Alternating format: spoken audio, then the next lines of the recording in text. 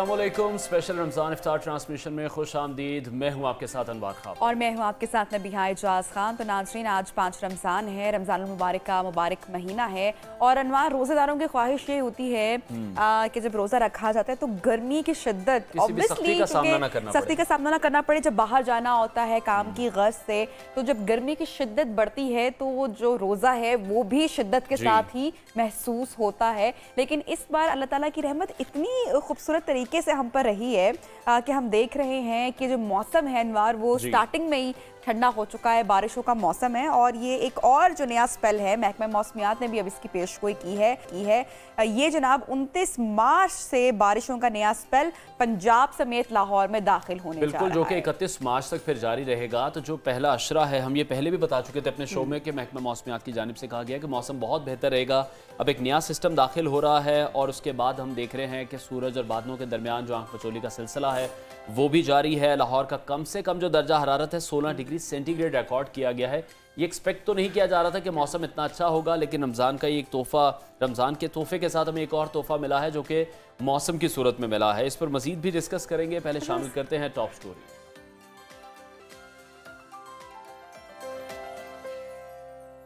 सियासत से मईशत तक बेयकीनी की फजा, रियासत हिल गई।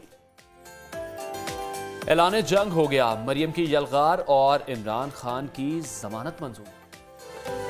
अफगानिस्तान से इबरतनाक शिकस्त, टीम सिलेक्शन पर सवालिया निशान लग गया।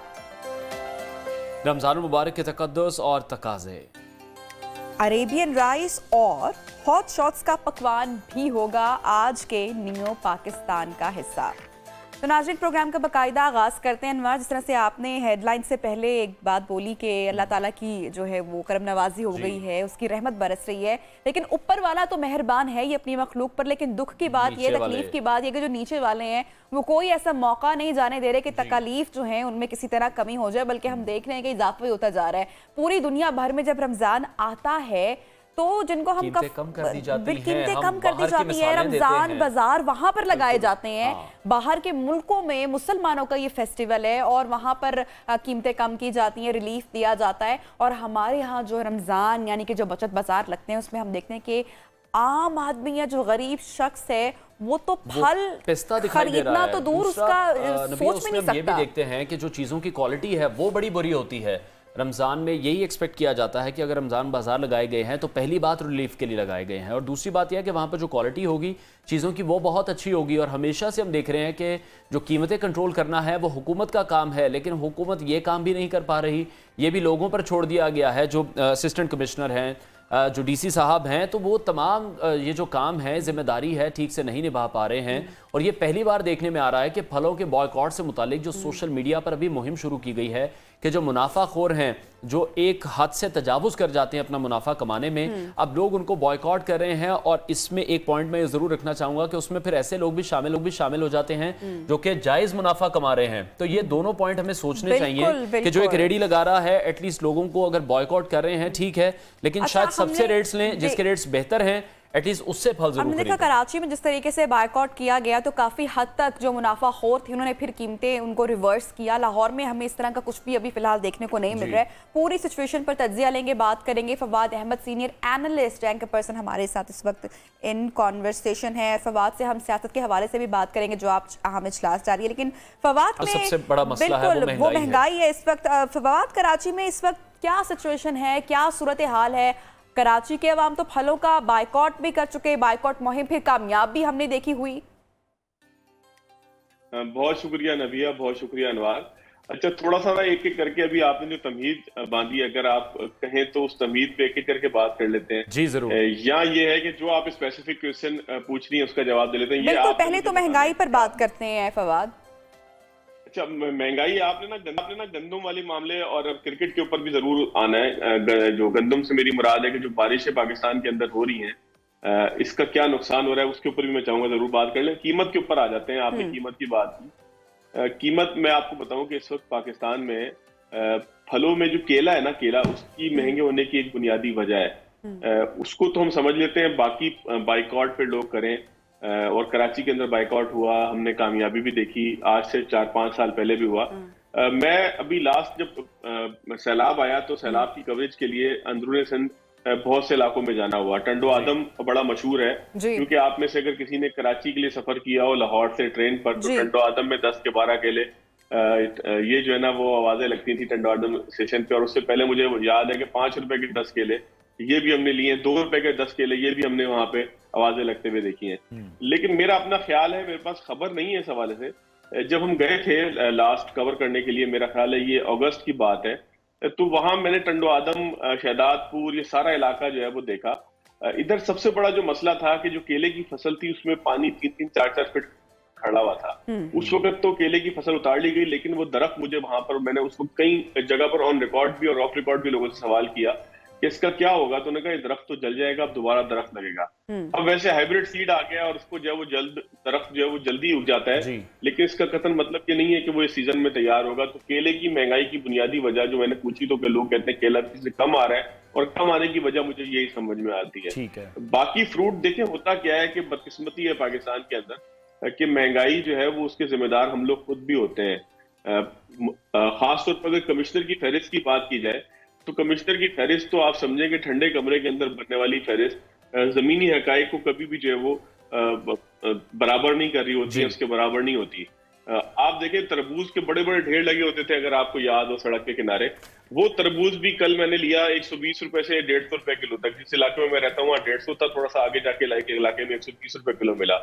इसी तरीके से जो मुर्गी का कल रेट था वो बड़े दिनों बाद वो 600 के करीब आया, वरना ये 750 और 780 तक चला गया था।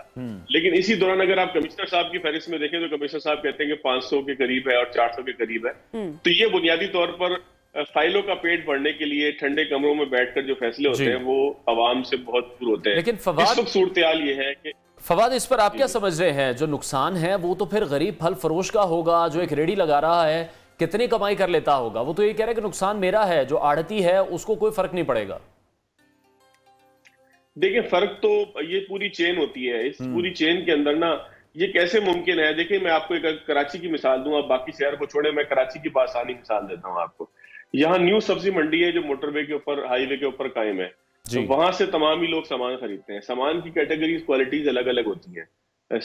सेब जो है उसकी भी कई क्वालिटीज हैं, लेकिन आप ये कैसे हो सकता है कि वही सेब डिफेंस फेज 4 के अंदर 500 रुपए किलो मिल रहा हो और वही जो है वो सामने अख्तर कॉलोनी के अंदर पुल के उस पार उसी क्वालिटी का सेब जो है वो 300 रुपए मिल रहा हो, तो फिर रेडी वाला भी कहीं ना कहीं कसूरवार है ना। वो भी तो वहीं से सामान खरीद के लेके आ रहा है। तो नाजायज मुनाफाखोरी आप इसलिए करें कि आपको पता है कि लोग खरीदेंगे, लाजमी खरीदेंगे, फल जो है वो अफ्तार का हमारा लाजमी एक जुज है।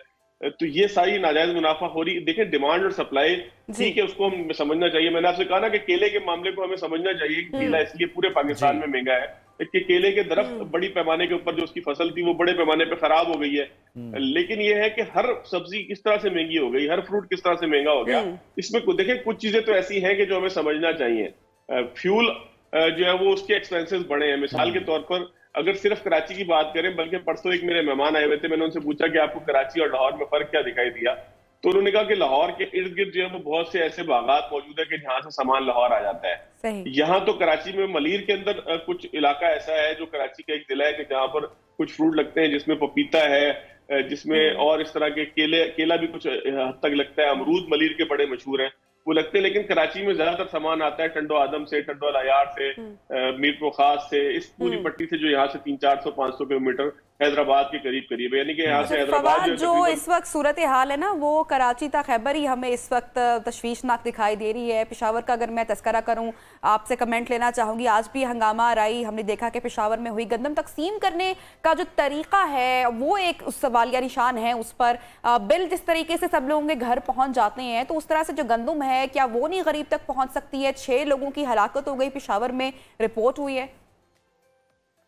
देखिए जी, अफसोसनाक सूरत हाल है, पेशावर हो, पंजाब हो, कि हम अब मैं आपको बताऊं कराची के अंदर कल की बात है, एक स्टॉल के ऊपर जो सस्ता जो है वो सामान फराम कर रहे थे कुछ नौजवान, उनके स्टॉल के ऊपर लोगों ने धावा बोल दिया और यहाँ तक कि उन्होंने टोकन काटने की एक मशीन लगाई थी वो भी उठा कर ले गए। टेंट के अंदर जो टेबल्स पड़े होते हैं वो भी उठा के ले गए। पीने के पानी की जो उन्होंने कूलर रखा हुआ था वो भी उठा के ले गए। तो बदकिस्मती से ये पूरा एक सर्किल है, इसमें जो है ना वो हर फर्द को अपनी अपनी जिम्मेदारी अदा करनी है। जहां हम गिरा फरोशी के लिए रोते हैं कि जी बहुत महंगाई हो गई है, वहां हम अपने दायरे के अंदर भी तो वही सब कुछ कर रहे होते हैं। तो जब तक अपनी जात को आप ठीक नहीं करेंगे, आप दूसरे से तवक्का नहीं कर सकते। हाँ, लेकिन इसका कतन मतलब ये नहीं है कि मैं कहूँ कि जी अनवार गलत कर रहे हैं, नबिया गलत कर रही हैं, तो ये शायद कोई दावा हो कि मैं भी गलत करूं। हुकूमत की जिम्मेदारियां अपनी जगह पर हैं। लोगों को रोटी, कपड़ा और मकान की बुनियादी सहूलियात फराहम करना अपनी जिम्मेदारी है। अभी आपने बारान रहमत का तज़किरा किया ना, बारान रहमत पे जो मैंने आपसे कहा कि एक बात मैंने आपसे करनी है वो ये थी कि बारिश से ठीक है कि हम तो खुश हो रहे हैं, हमें तो ये लग रहा है कि मौसम ठीक हो गया। यहाँ पर जो है वो पिछले काफी दिनों से कराची जैसे शहर के अंदर पंखे चलना शुरू हो गए थे। वो पंखे रात तक चलते भी हैं तो हल्की रफ्तार में चलते हैं। लेकिन इसका एक बहुत अफसोसनाक पहलू है। मैंने रोड शो किया, मुझे वहां कुछ ऐसे लोग मिले कि जिनका ताल्लुक सिंध के मुख्तलिफ इलाकों से था। उन्होंने बताया कि अगर बारिश मजीद एक दफा और हो गई तो हमारी गंदम की फसल खराब हो जाएगी। अप्रैल के महीने के अंदर अमूमी तौर पर पूरे पाकिस्तान में गंदम जो है वो कटाई का अमल शुरू होता है। तो अब अप्रैल बिल्कुल करीब है। अगर खुदा न खास्ता बारिश का एक और सीजन ऐसा आया ना, तो लोग पहले ही बड़े परेशान हैं। गंदम की फसल ठीक है कि इस दफा बेहतर हुई है, लेकिन ये पाकिस्तान में एक बहुत बड़ा बहरान आ सकता है। तो हमें दुआ यही करनी चाहिए कि अल्लाह ताला बारिश को मानसून के अंदर ही लेके जाए, क्योंकि बारिश के मानसून का पूरा एक सीजन होता है कि जिसके लिए लोग जहनी तौर पर पहले से तैयार होते हैं। आज से नहीं, सदियों से तैयार है। सीजन के अलावा जब बारिश होती है तो फसलों को नुकसान पहुंचाती है। उस तरह से फसलों को इस वक्त नुकसान पहुंच रहा है। बाकी पिशावर की बात आपने की या आप लाहौर की बात करें, कितनी बड़ी बदकिस्मती है कि लोग लाइनों में खड़े हो गए अपने हक के लिए या हुकूमत की किसी सब्सिडी के लिए जो है वो जलील हो रहे होते हैं, धक्के खा रहे होते हैं, ख्वार हो रहे होते हैं। ठीक है फवाद, जिस तरह से अब देख रहे हैं हम, ये इनिशिएटिव लिया गया है, फलों के बॉयकॉट किया जा रहा है, महंगे फलों का, और साथ ही साथ जिस तरह से पूरे मुल्क में महंगाई है, मेरा ख्याल है जो दूसरी चीज़ें हैं उस पर भी अब आम को भी ये सोचना चाहिए। बहरहाल अब सियासी मंजरनामे से जो खबरें हमारे पास मौजूद हैं उस पर आपका एनालिसिस चाहेंगे। खान साहब की जो पेशियाँ हो रही हैं, उन्हें इस वक्त ज़मानत भी मिल रही है, और आज जो अहम खबर है वो ये कि पार्लियामेंट का मुश्तरका इजलास शुरू होने जा रहा है। दूसरी जानिब ये कार्रवाई तो पूरा पाकिस्तान देखेगा, अभी इजलास शुरू हो गया है, तो ये जो सियासी खतूत का तबादला आप देख रहे हैं वज़ीर आज़म और सदर के दरमियान, ये क्या पहले भी इस तरह से कुछ होता रहा है? क्योंकि सदर साहब की जो उनकी जमात से वाबस्तगी है वो उनके बहुत ज्यादा फैसलों में नजर आ रही है। देखिए जी, कितनी बड़ी बदकिस्मती है पाकिस्तान के लिए, कितना बड़ा एक होता है पाकिस्तान का जो सरबरा है पाकिस्तान की रियासत का। बेशक नुमाइशी तौर पर है कि उसके पास इख्तियारात बहुत महदूद हैं, लेकिन है तो रियासत पाकिस्तान का सरबरा। उस सरबरा के लिखे गए खत को चीफ एग्जीक्यूटिव, जिसने रियासत के मामलात और इख्तियारात को चलाना होता है, वो किस तरीके से रद्द करता है। इसमें कोई शक नहीं है कि सदर पाकिस्तान अपने मनसब से बार बार तजावुज करते हैं। उनका खत लिखना और खत के अंदर जिस तरह की लैंग्वेज इस्तेमाल करना और लैंग्वेज के जवाब में फिर वैसी ही लैंग्वेज के साथ जो है वो खत जाना, ये तो बताता है कि हम रियासती मामलात को, कि जो हमारी सियासत से बहुत ऊपर है, उनको भी किस तरीके से जो है वो अपनी सियासत का निशाना बनाते हैं। बदकिस्मती ये है कि ये इमरान खान साहब के खिलाफ जब तहरीक अदम एतमाद आई थी, उस दिन से लेकर आज तक हम ये देख रहे हैं कि किस तरीके से रियासत के मामलात को हमने अपनी सियासत के लिए निशाना बनाया है, तकलीफ दे अमल हुए हैं। किस तरीके से इमरान खान साहब पूरे मामले को तहरीक अदम एतमाद के खेलते रहे, खुद कहते रहे कि इसके ऊपर हमने साइफर के ऊपर खेलना है और रियासती मामलात के ऊपर खेलना है, और आज के दिन तक हम देखते हैं कि वो खेल जारी है। ये उसी खेल का निशाना है कि कभी गेंद एक के पास जाती है और वो रख के हिट मारता है, कभी दूसरे के पास आती है और वो रख के हिट मारता है। लेकिन आवाम के बुनियादी मसाइल, इस वक्त पाकिस्तान का सबसे बड़ा मसला यह है कि पाकिस्तान ना चाहते हुए भी डिफॉल्ट के दाने पर है। IMF के साथ आज के दिन तक 27 मार्च 4:17 तक हम IMF के साथ मुआहिदा नहीं कर सके। IMF के साथ स्टाफ लेवल मुआहिदे का मतलब यह है कि फिर भी 1 महीना चाहिए होता है हमें IMF के साथ मुआहिदे के बाद भी, कि जब उसकी किस्त हमें मिलती है।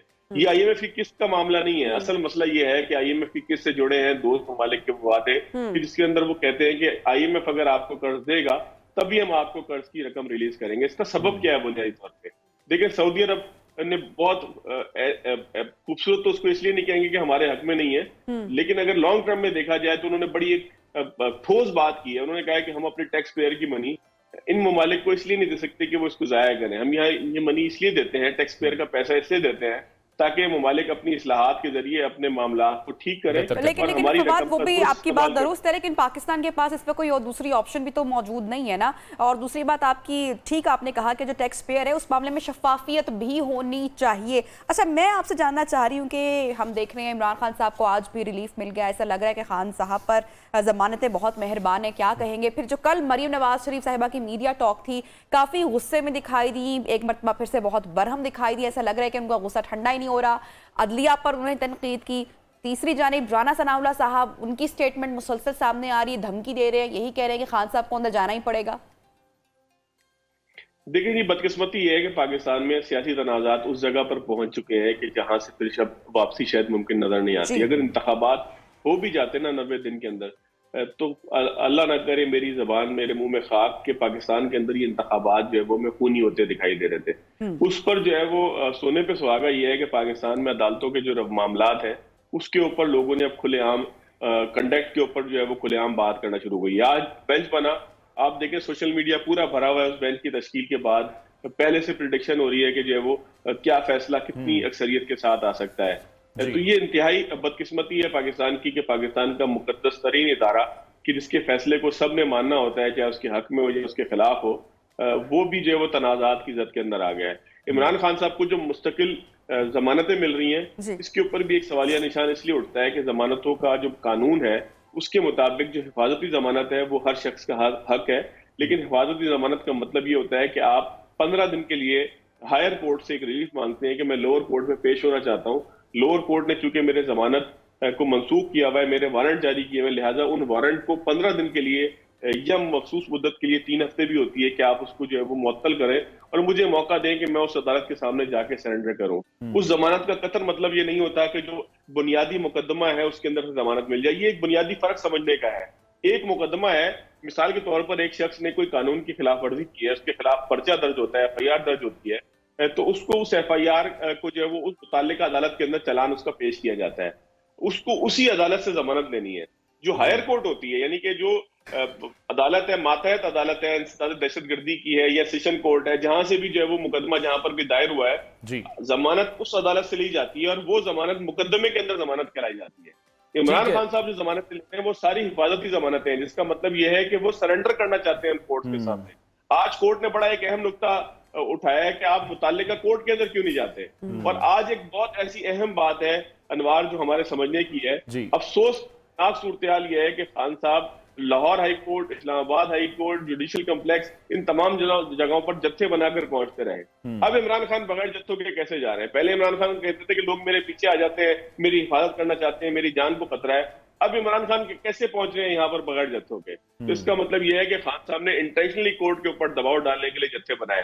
हमने तारीख में ऐसा पहले भी देखा है, जब 12 मई 2007 का केस चलता था कि कत्लेआम हुआ, यहाँ पर तो वो केस सुनने के नाम पर MKM के हजारों कारकुनान हाई कोर्ट के बाहर पहुंच जाया करते थे और कोर्ट के अंदर प्रोसीडिंग मुअत्तल हो जाती थी। ये मामला मैं 2007 में अपनी आंखों से देख चुका हूँ कि 2007 के 12 मई के कत्लेआम को जो सड़कों के ऊपर हुआ, 40-50 लोग जो है वो चीफ जस्टिस इफ्तिखार चौधरी की बहाली की तहरीक के अंदर अपनी जान की बाजी हार गए। उनका केस जब चलता था तो MKM के हजारों कारकुनान कोर्ट के बाहर पहुंच जाते थे। आप जेलेन बिल्कुल फवाद, जिस तरह से आपने ये पॉइंट रेज किया है कि जो कारकुनान थे MKM के वो भी अदालतों के बाहर पहुंचते थे, बहुत से सियासी हल्के वो ये कह रहे हैं कि जमान पाक जो है वो अगला 9-0 बनेगा आने वाले वक्त में।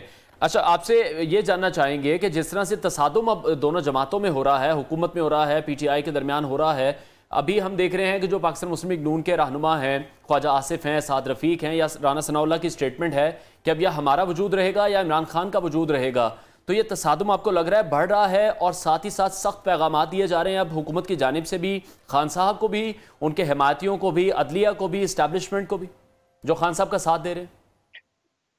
देखिए जी, बदकिस्मती ये है कि इस वक्त मुल्क के अंदर बीच का रास्ता अपनाने के लिए कोई तैयार नहीं है। यानी कि कोई ऐसा फर्द भी मौजूद नहीं है कि जो लड़ते हुए 2 दोस्तों को या 2 दुश्मनों को बीच में आकर बचाए। अगर आप देखें सड़क के ऊपर दो लोग लड़ते हैं, मोटरसाइकिल आपस में टकरा जाए, गाड़ी टकरा जाए, तो बीच में बहुत सारे लोग आते हैं कि जो उनको रोकते हैं। अगर वो लोग ना आए तो आप सोचें कि वो लोग लहूलुहान हो जाएंगे आपस में लड़ के।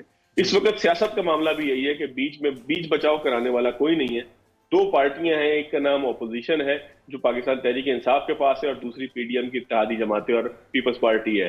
ये दोनों आपस में बुरी तरीके से लड़ रहे हैं, लफ्जी गोलाबारी भी कर रहे हैं और जहां मौका मिलता है एक दूसरे को नुकसान पहुंचाने की कोशिश भी करते हैं। इनको रोकने वाला कोई नहीं है। इन दोनों को ये एहसास नहीं है कि इनकी लड़ाई के अंदर जो है वो किसी की चोंच नहीं बचेगी और किसी की जुल्म नहीं बचेगी और इसकी लड़ाई के अंदर घइयों के साथ खून भी पिस जाएगा जो आवाम है। ये खुद तो बड़े बड़े लोग हैं, इनके पास खुद तो इमरान खान साहब और जो हुकूमत के लोग हैं वो तो V8 गाड़ियों के ऊपर आते हैं और आवाम के पास जो है वो अपनी मोटरसाइकिल में डालने के लिए पेट्रोल के पैसे नहीं है। तो ये सारी सूरत हाल है। इसके अंदर ये कशीदगी सियासी जो बढ़ रही है, इसमें सबसे खौफनाक बात यह है इस सारे के अंदर बैकडोर मुज़ाकरात या फ्रंट। अच्छा फवाद, ये जो सियासी कशीदगी जिसका हम आए रोज मीडिया पर तस्करा करते हैं, आप भी अपने प्रोग्राम में करते हैं, हम भी न्यू पाकिस्तान में ये मुद्दा उठाते हैं, इसका हल क्या है सियासी इंतशार का? इतलात ये गर्दिश कर रही हैं, सामने आ रही है कि पाकिस्तान के कुछ बड़े नामवर सहाफ़ी, जय्यद सहाफ़ी, उनकी जो तंजीम है वो इस हवाले से काफ़ी एक्टिव है कि PTI मौजूदा हुकूमत खासकर मुस्लिम लीग नून के बीच में मुज़ाकरात हो, टेबल टॉक हो, मामलात का हल निकले।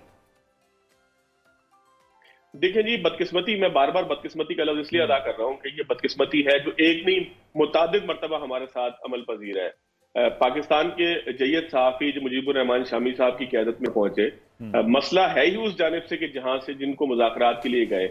सबसे पहले आपको याद होगा कि एक ऐसे वक्त में कि जब इमरान खान साहब के हाथ ऊपर थे, वो हुकूमत के अंदर थे, शहबाज शरीफ ने उनको मीसाक मईशत के लिए दावत दी थी।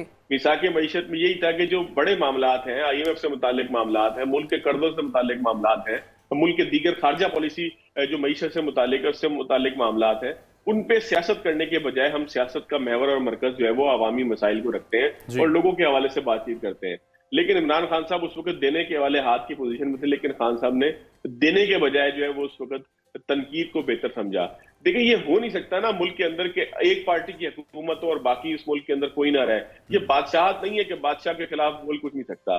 लेकिन इमरान खान साहब का जो पूरा तर्ज सियासत है, तरीके सियासत है, वो बार बार ये बताता है कि वो बादशाहत से मुतासिर है। मुझे याद आता है बशीर मेमन साहब DGFI है, उनका एक किस्सा कि वो कहते हैं कि जी मुझे बुलाया गया और मुझे कहा गया कि आप हमारे साथ वफद के अंदर होंगे जो सऊदी अरब जाएगा, और वहां पर आपको ये देखना है कि किस तरीके से किंग सलमान को जो भी फर्द जो भी काम अपने किसी फर्द को, किसी हुकूमती इदारे को कहते हैं, किस तरीके से वो जो है वो उसको मुकम्मल करता है। तो बशीर मेमन साहब कहते हैं, मैं सोचने लगा कि मैं एक आईनी इदारा हूँ, मेरी कुछ जिम्मेदारियां हैं और मैं उन जिम्मेदारियों से कैसे बरी जिम्मा हो सकता हूँ कि कानून और आइन के बजाय जो है वो मैं तमाम चीजों को उस तरीके से करना शुरू हो जाऊँ जिस तरह से कोई बादशाह करता है। तो खान साहब का जो तर्ज सियासत है वो बादशाह की तरह है, बादशाहत का निजाम चाहते हैं और मुज़ाकरात भी नहीं करना चाहते। बहुत शुक्रिया। सीनियर तजियाकार एंकर पर्सन फवाद अहमद हमारे साथ इन कॉन्वर्सेशन थे। ब्रेक लेते हैं, ब्रेक के बाद आपको दोबारा ज्वाइन करें।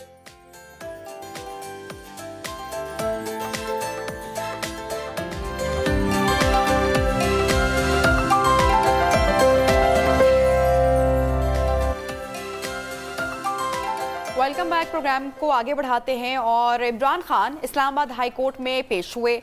ये बात बताते चले आपको कि इमरान खान और तहरीक इंसाफ के जो अनवार दीगर रहनुमा हैं वो ये दावा करते हैं कि इमरान खान साहब पर 84 मुकदमात दर्ज है, तकरीबन सेंचुरी होने वाली है। लेकिन अब जो सरकारी दस्तावेजात सामने आए हैं उनसे ये मालूम पड़ा है कि इमरान खान पर जो मुकदमात की तादाद है वो 37 है। खैर, इससे क्या फर्क पड़ता है कि मुकदमात 84 हो या 37 हो, जमानतें तो मिल रही है, रिलीफ खान साहब को मिल रहा है। बिल्कुल। तो दूसरी जानिब अमेरिका से हम देख रहे हैं कि इमरान खान की हिमायत में जो बयानात आने का सिलसिला है वो जारी है।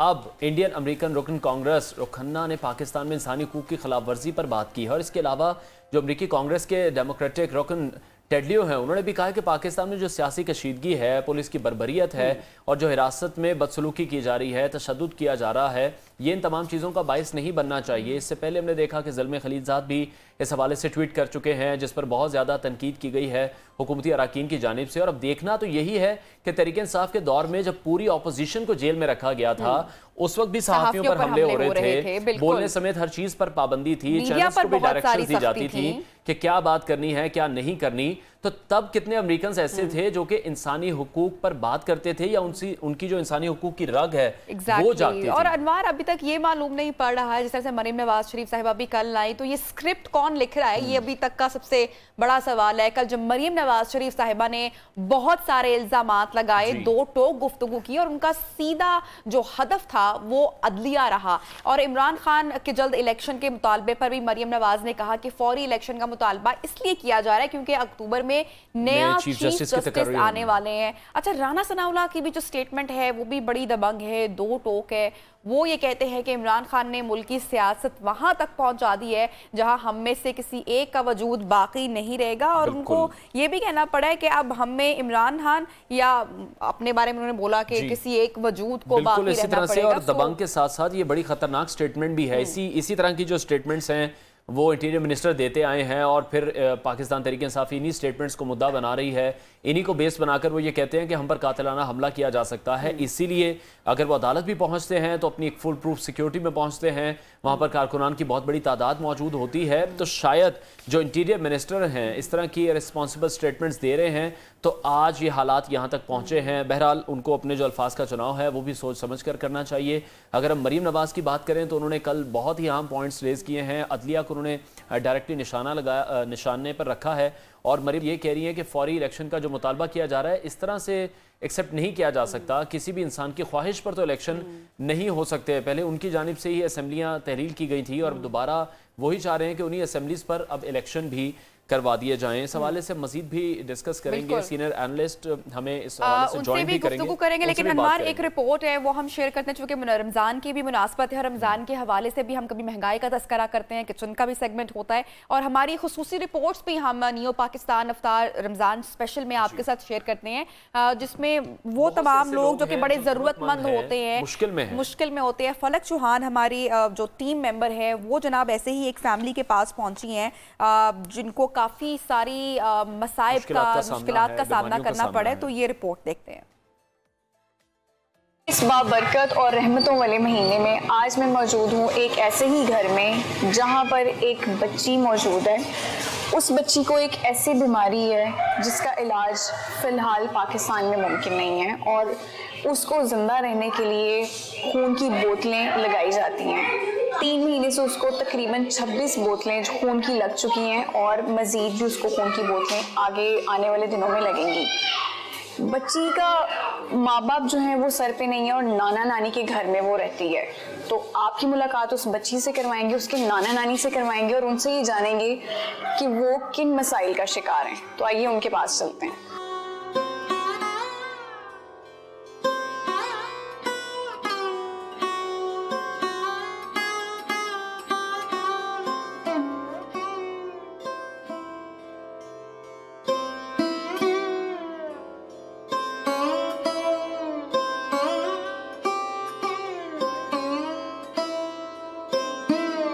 अच्छा, क्या हुआ था बच्ची को? बचपन से बीमार है, खून की बोतलें लगती हैं या अचानक हुआ, क्या हुआ था? नहीं बेटा, पहले नहीं से बीमार है ते अचानक 4 महीने तो पहले ना थोड़े अपने फुफी को गई, उसे बीमार हुई, उस बाद इन्नी बीमार हो गई। बस खून महीने दे 2 3 4 लाजमी लगता है। तो वजह तो लिहाजा साढ़े माली हालात भी नहीं है वो है जेडे असी ना अफोर्ड कर सकीए। तो बहरहाल मसा बच्ची का सानू अपना कोई नहीं रहेगा जिन्ना का बच्चे बच्ची सही हो सानू सब तो मेरी मोई धी की निशानी है। तो ये बड़े परेशान है कुड़ी।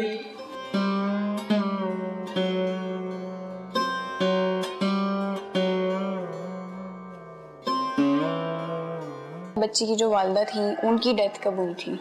और तकरीबन 4 सवा 4 साल दी, तकरीबन 6 साल 6.5 साल फोत हुई ने। मेरा हौसला नहीं पैंदा मैं छड्डा जे कदी सुता, लिहाजा मैं की कर सकनी है, मेरे माली हालात भी नहीं है वो जे है। तो अभी जो बोतलें लगती हैं खून की उनका कितना खर्चा आता है दवाइयों में या इसके इंतजाम में? महीने ऐसी जेड़े पहले 70 तो 90,000 रुपया होने किराया तो लग चुके हैं बोतला। नाना जो है वो क्या करते हैं, उनका बरसरे रोजगार क्या है नाना का? नाना को पेंचर आए 2-3 80 रुपया पेंचर 2-3 आए तो ला लेंदा, नहीं तो वो बैठा रहता बेचारा, की करो कि आ जा ही नहीं सकता हैगा। वो तो इतों तक मोटरसाइकिल चला के उन्होंने अस्पताल नहीं जा सकता। मुझे जो जाना होता है बड़ा मसला बनता है। आप भी खुद कोई काम करती हैं? मैं मंजियां उन्नी लोग जेड़ा मसा पटाई लब जो जेड़ा ढिड से मंगदा है ना खान ओदी वजह तो सारा फिर करना पैंदा, जिन्ना लब जो जेड़ा लब जो कर लेनी है। जे इन्हों ना दी है मर्जी तो फिर मैं की करा। बच्ची से भी थोड़ी सी बात करते हैं और ये जानने की कोशिश करते हैं कि वो किस तकलीफ से इस टाइम गुजार रही हैं। डिटेल्स शेयर कर रहे थे। हेडलाइंस ब्रेक की जाने बढ़ेंगे, उसके बाद किचन का सेगमेंट भी शामिल करेंगे। Stay with us.